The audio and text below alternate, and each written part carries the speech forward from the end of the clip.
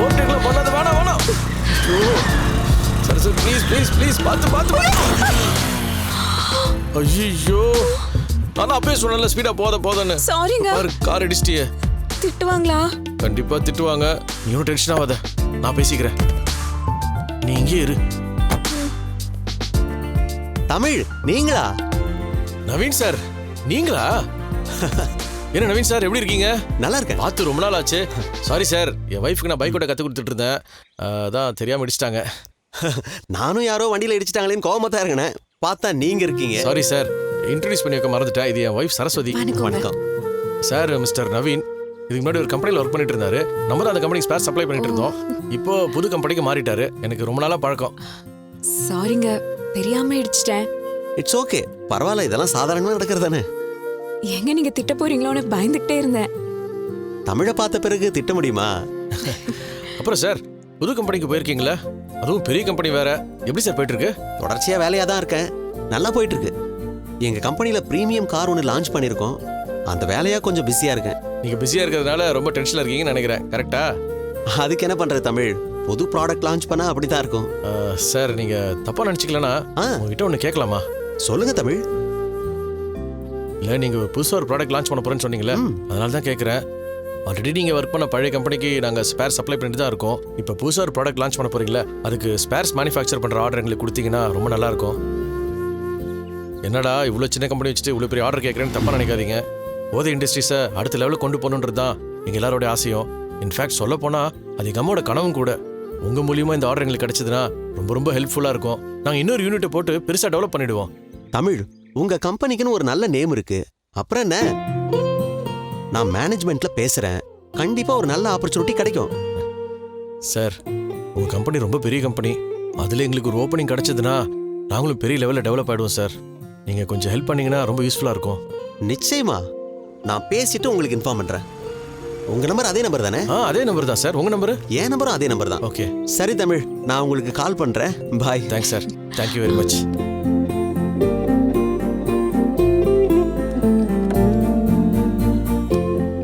காலையில எழுந்து வந்ததுல சூப்பரான விஷயம் நடந்திருக்குல்ல. மொத்தத்துல இன்னைக்கு எனக்கு 3 சர்ப்ரைஸ். சரி, வண்டி நான் ஓட்டலாம்ல. உட்காரு.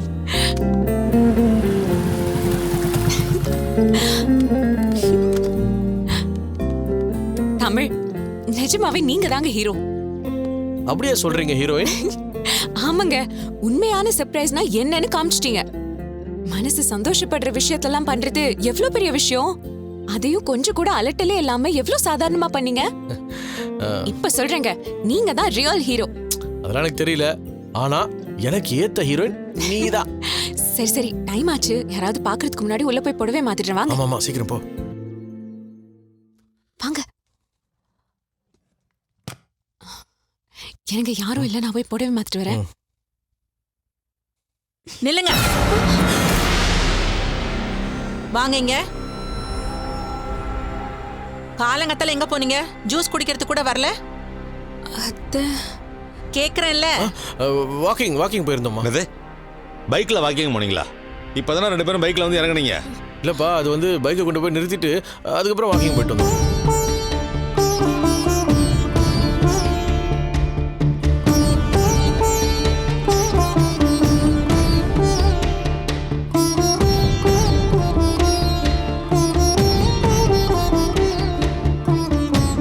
கடைசியா நீங்க எங்க போனீங்க?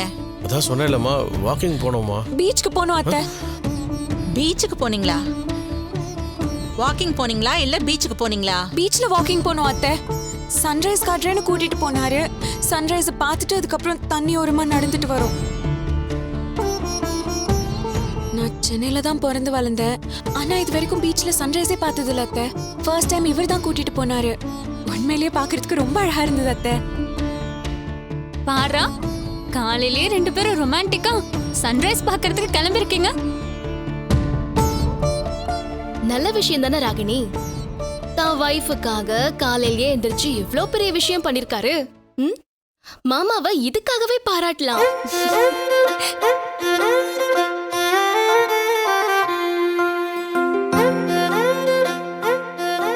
அதுவும் கரெக்ட் தான். ஏர்லி மார்னிங் வைஃப பைக்ல பின்னாடி வச்சுக்கிட்டு அப்படியே ஜாலியா ஒரு ரவுண்ட் போயிட்டு வர்றது நல்லாதான் இருக்கும். இல்ல நான் பின்னாடிலாம் உட்கார்ல. அப்புறம் உங்களை முன்னாடி உட்கார வச்சுட்டு தண்ணி கேன் போடுற ஆள் மாதிரி அண்ணன் பைக் ஓட்டினாரா?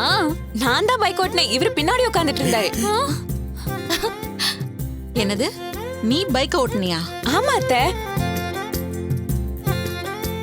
சரஸ்வதி சும்மா இரு. நான் தான் இனிமே அத்தைக்கிட்ட எதுவும் மறைக்க மாட்டேன்னு சொன்னேன் இல்லைங்க. நீ எதுக்கு பைக் ஓட்டுன? இல்ல அத்தை, இவர் தான் கத்து கொடுத்து ஓட்ட சொன்னாரு, நானும் ஓட்டினேன். ஓட்டுறப்ப சூப்பரா இருந்தது அத்தை. நேத்து பசு கார் ஓட்ட கத்து கொடுத்தாங்க, இன்னைக்கு இவரு பைக் ஓட்ட கத்து கொடுத்தாரு.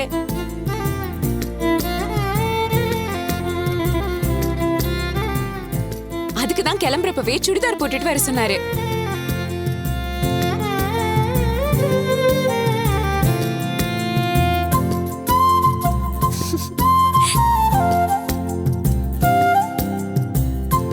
நான் கூட அப்பவே பயந்தேன் அத்தை, நீங்க ஏதாவது சொல்லுவீங்க, சுடிதார்லாம் போட வேணாம்னு சொன்னேன். இவர்தான் உனக்கு ஒரு சர்ப்ரைஸ் இருக்கு வான்னு சொல்லி அங்க போனதுக்கு அப்புறமா பைக் ஓட்ட சொன்னாரு. இந்த மாதிரி Dress போட்டதுக்கு சாரி அத்தை. இதெல்லாம் பார்த்தா கண்டிப்பா உங்களுக்கு கோவம் வரும். அவரு கட்டாயப்படுத்தினதுனால தான் போட்டேன், மன்னிச்சிருங்க அத்தை. உடம்ப மறைச்சு போடுற எந்த ட்ரெஸ்ஸையும் போட வேண்டாம்னு நான் சொல்ல மாட்டேன். சுடிதார் போடுறதெல்லாம் தப்பு கிடையாது. இருந்தாலும் கல்யாணம் ஆன பொண்ணுங்க சேலை கட்டிக்கிறது தான் அழகு.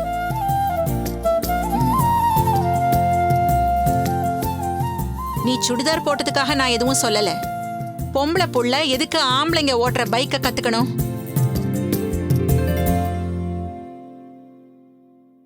என்ன இதெல்லாம்? இல்லம்மா, பொதுவாவே சரஸ்வதி எல்லா வேலையும் எடுத்து போட்டு பண்ணுவா. அவ ஒரு விஷயத்த ஒரு தடவை பார்த்தானா அதை அப்படியே பண்ணிடுவாமா. அவளுக்கு பைக் ரிப்பேர் பண்ண கூட தெரியும், பிளம்பிங் ஒர்க் தெரியும், எலக்ட்ரிக்கல் வேலை பாப்பா. இவ்வளோ ஏன் அவ ஓவியம் வரையறது, பாட்டு பாடுறதுன்னு நிறைய திறமை வச்சிருக்காமா. அதான் சரி இதையும் கத்துக்கிட்டுமேன்னு பைக் ஓட்ட சொல்லி கொடுத்தேன். ஒரு தடவை தான் பார்த்தா அவ்வளோ சூப்பரா ஃபாஸ்டா வண்டி ஓட்ட கத்துக்கிட்டா. பாய மூடு. இந்த மாதிரி வேலையை பண்ணிட்டு அத பெருமையா வேற சொல்றியா? ஒரு குடும்ப பொண்ணை கூட்டிக்கிட்டு போய் பைக் ஓட்ட கத்து கொடுக்கறியா? பொண்ணுங்க ஓட்டுறதுக்கு தான் லேசான வண்டிங்க இருக்குல்ல, அத வாங்கி கொடு. நாளைக்கே ஏதோ ஒண்ணு நடந்து கை கால் அடிபட்டுச்சுன்னா என்ன பண்றது? இல்லம்மா, கத்து கொடுத்தா அவளுக்கு ஒரு சின்ன சந்தோஷம் கிடைக்குமேன்னு. இப்படி சந்தோஷம் சந்தோஷம்னு சொல்லி நாம எல்லா தப்பையும் நியாயப்படுத்திக்கிட்டே போனோம்னா அது நம்மள எங்கேயோ கொண்டு போய் நிறுத்திடும்.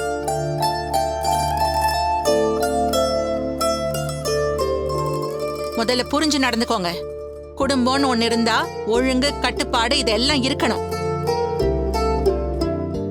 அவளோட சேர்ந்து நீயும் மாறி போயிட்டியா என்ன? சாரி அத்தை, அவரு என்ன சர்ப்ரைஸ் பண்ணணும்னு தான் இப்படி பண்ணாரு. தயவு செஞ்சு அவரே திட்டாதீங்க அத்தை. இனிமே அவரே சொன்னாலும் நான் இந்த மாதிரிலாம் பண்ண மாட்டேன் அத்தை.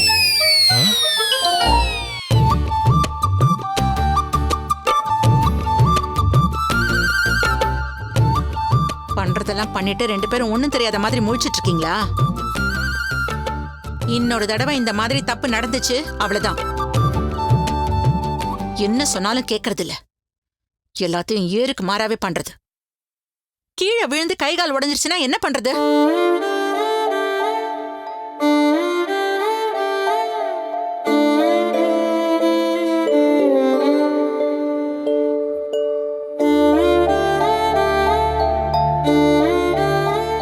அந்த அறிவு கொஞ்சமாவது இருக்கணும். த்ரில்லு சந்தோஷங்கிற பேர்ல எல்லாத்தையும் மீறிட்டு இருக்க கூடாது. போ, போய் குளிச்சு ரெடி ஆயிட்டு வா, சமையல் வேலை இருக்குல்ல. சரிங்க அத்தை, நான் போய் ரெடி ஆயிட்டு வரேன்.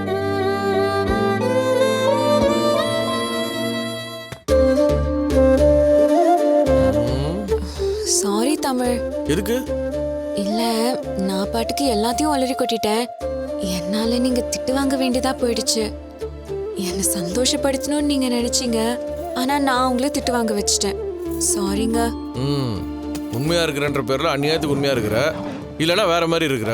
சரி, உண்மையை சொல்ல நீ முடிவு பண்ணிட்ட, அதுக்காக அப்படியே எல்லாத்தையுமா சொல்லிடுறது? பரவாயில்ல பரவாயில்ல, அம்மா தானே திட்டினாங்க, எனக்கு எந்த பிரச்சனையும் இல்லை. ஆனா அவங்க உன் மேல எவ்வளவு அக்கறையா இருக்காங்க பாத்தியா? நான் கூட நீ சுடிதார் போடுறதுக்காக தான் அவங்க திட்டுறாங்கன்னு நினைச்சுக்கிட்டு இருந்தேன். ஆனா அவங்க அதுக்காக திட்டல, எங்க உனக்கு ஏதாவது அடிபட்டுருமோன்னு பயந்துதான் அவங்க திட்டினாங்க. ஆமாங்க, அத்தை சோ ஸ்வீட்ல. ஆமா ஆமா. சரி சரி, சீக்கிரமா குளிச்சுட்டு கீழே போ, இல்ல லேட் ஆனா அதுக்கு திட்டுவாங்க. இப்ப நான் எப்படி மின்னல் வேகத்துல ரெடி ஆறேன்னு மட்டும் பாருங்க.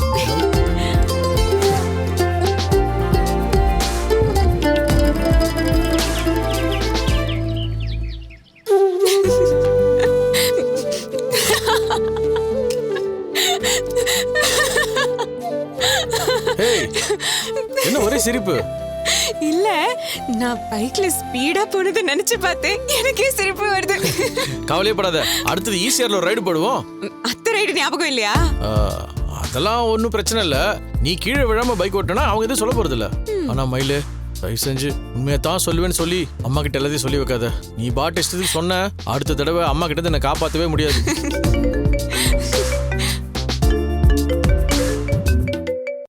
சொல்லுங்க சார். தமிழ், நான் நவீன் பேசுறேன். சொல்லுங்க. முக்கியமான டைரக்டர்ஸ் கிட்ட எல்லாம் பேசிட்டேன். நம்ம கம்பெனியை பத்தி எடுத்து சொன்னேன், அவங்களும் ஓகே சொல்லிட்டாங்க. ஆனா என்னன்னா, இதே ஸ்பேர் பார்ட்ஸ் ஆர்டர் கேட்டு 4-5 கம்பெனி அப்ரோச் பண்ணிருக்காங்க. ஓஹோ. அதனால நீங்க இன்னைக்கே ஒரு பிபிடி ரெடி பண்ணி ஈவினிங் குள்ள பிரசன்ட் பண்ண முடியுமா? இன்னைக்கேவா? ஒரே நாள்ல எப்படி? டைம் பத்தாதுன்னு எனக்கும் தெரியும். இருந்தாலும் காம்படிஷன் ஜாஸ்தியா இருக்கு இல்லையா? அதனால தான் சொல்றேன் தமிழ். நான் உங்களுக்கு சப்போர்ட் பண்ற மாதிரி மற்ற டைரக்டர்ஸும் சில பேருக்கு சப்போர்ட் பண்ணுவாங்க இல்லையா? நீங்க பிபிடி ரெடி பண்ணி இன்னைக்கே சப்மிட் பண்ணீங்கன்னா என்னால முடிஞ்ச ஹெல்ப்பை நான் பண்ணுவேன். கண்டிப்பா நீங்க கேட்ட ஆர்டரை நான் பண்ணி தரேன். டைம் இல்லதான் சார். ஆனா நீங்க இவ்வளவு தூரம் சொல்றீங்க, நான் எப்படியாவது ரெடி பண்ணிடுறேன் சார். ஓகே, ரெடி பண்ணிட்டு எனக்கு கால் பண்றீங்களா? ரொம்ப தேங்க்ஸ் சார். தேங்க்ஸ்லாம் எதுக்கு தமிழ்? உங்களுக்கு சின்னதா ஒரு அட்வைஸ் பண்ணும். சொல்லுங்க சார். உங்க ஒய்ஃபுக்கு பைக் ஓட்ட கத்து கொடுங்க. ஆனா வீலிங் வரைக்கும் போயிட வேண்டாம். நாங்களாம் ரோட்ல சேஃபா போகணும்ல. சரி சரி, ஏற்கனவே உங்களுக்கு டைம் இல்ல.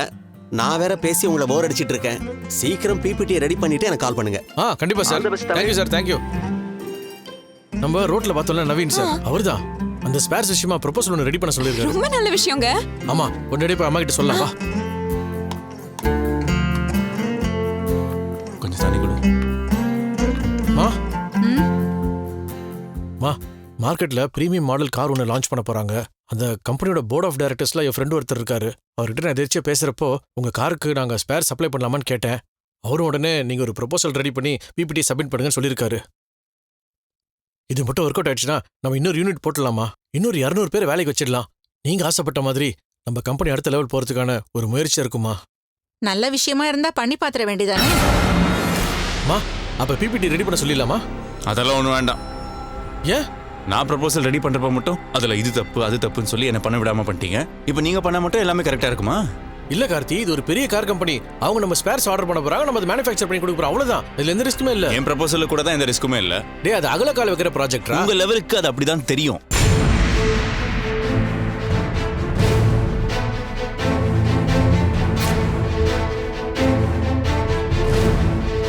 அதை வச்சு இதை வேணான்னு முடிவு பண்ணுவீங்களா? அப்ப ஏன் லெவலுக்கு இதெல்லாம் ஒண்ணுமே இல்லை. இதையே நம்ம பண்ணணும்னு தோணுது. வேணான்னா விட்டுருங்களேன்.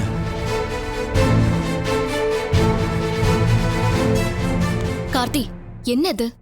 ஒரு ப்ராஜெக்ட் ஆரம்பிச்சு பண்ணலான்னு முதல்ல வந்து சொல்லிருக்காரு. அபசகுணமா நீ வேணான்னு சொல்ற? அவரு இப்படிதானே பேசினாரு.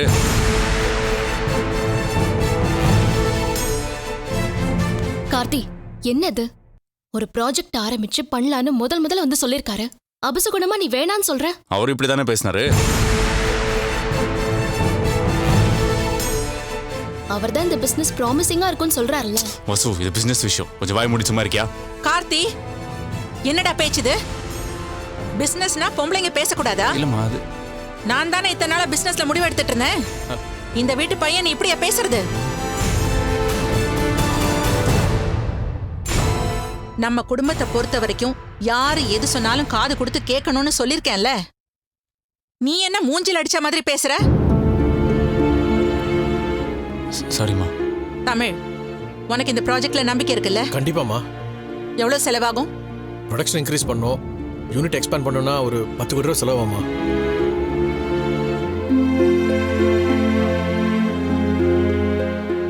நீங்க என்ன நினைக்கிறீங்க? நான் என்னமோ சொல்ல போறேன். கார்த்தி 50 கோடி ரூபாய்க்கு ப்ராஜெக்ட் கொண்டு வந்த போய் நான் வேணாம்னு சொல்லல, சரின்னு தான் சொன்னேன். எனக்கு என்னம்மா, உன் ஆசை கனவெல்லாம் சீக்கிரமாவே நிறைவேறணும்.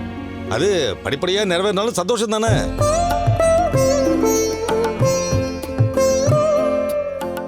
சரிப்பா, 10 கோடியில ப்ராஜெக்ட் பண்றது நமக்கும் கொஞ்சம் பாதுகாப்பா தான் இருக்கும். அதனால நீ நினைச்ச மாதிரி ஆரம்பிச்சிரு. சரிம்மா. கார்த்தி, இந்த பிபிடி ரெடி பண்ற விஷயம் எல்லாம் நீ தான் பாத்துக்கணும். உனக்கு தான் எக்ஸ்பீரியன்ஸ் இருக்கு, படிச்சவன், கரெக்டா பண்ணுவ. அதனால பிபிடி ரெடி பண்ணி அதை நீ தான் பொறுப்பா சப்மிட் பண்ணணும். புரிஞ்சுதா?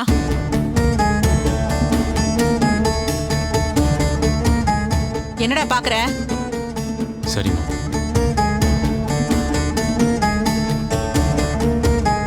சரி, நான் கம்பெனி கிளம்புறேன். சரிங்க.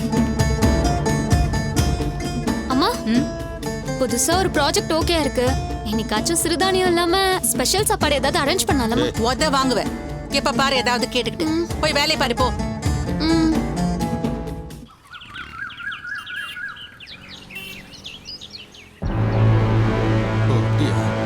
சரி,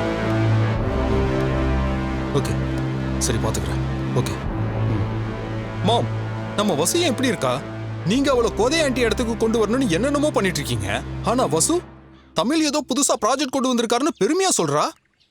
தமிழோட ஃப்ரெண்டு மூலமா புதுசா ஒரு கம்பெனில ஸ்பேர் பார்ட் செய்யறதுக்கு ஆர்டர் வாங்கியிருக்காராம். இப்போ அவர் கம்பெனியை டெவலப் பண்ண போறாராம். இந்த மாதிரி கம்பெனியை டெவலப் பண்றதுக்கு தானே மாப்பிள்ளைக்காக நானும் ஒரு ப்ரொபோசலை சொல்லி செய்ய சொன்னேன். அத வேணான்னு சொன்னாங்க. ஆமா மாம், கார்த்திக் என்ன சொன்னாலும் அதை ஒத்துக்க மாட்டாங்க. ஆனா அந்த தமிழும் சரஸ்வதியும் சொன்னா எல்லாத்துக்கும் ஓகே சொல்லுவாங்க. இதுக்கு மாப்பிள்ளை என்ன சொன்னாராம்? அவருக்கு இப்படி ஒரு ப்ராஜெக்ட் வர்றதே பிடிக்கலையா, வேணான்னு தான் சொல்லியிருக்காரு. ஆனா இவங்க தான் ஆரம்பிச்சே தீருவேன்னு சொல்லியிருக்காங்க.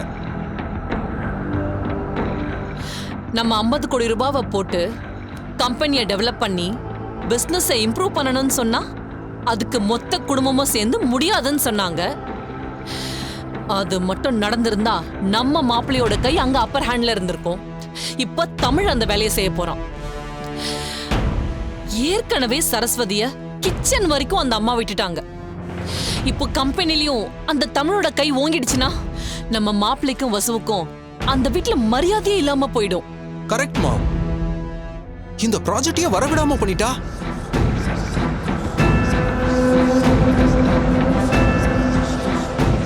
கார்த்திக் கிட்ட சொல்லுவோம், இதுக்கு நீங்க ஒத்துக்காதீங்க.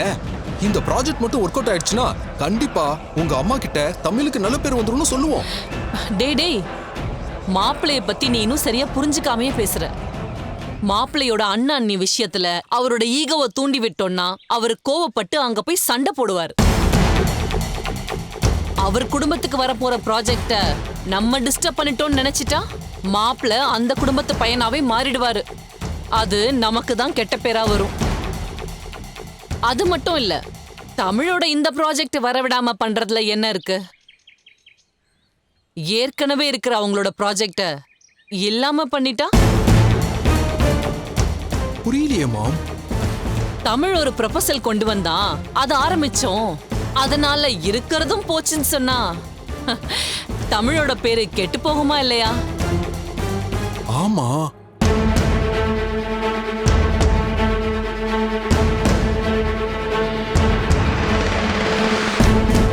அததான் இப்ப நம்ம பண்ண போறோம்.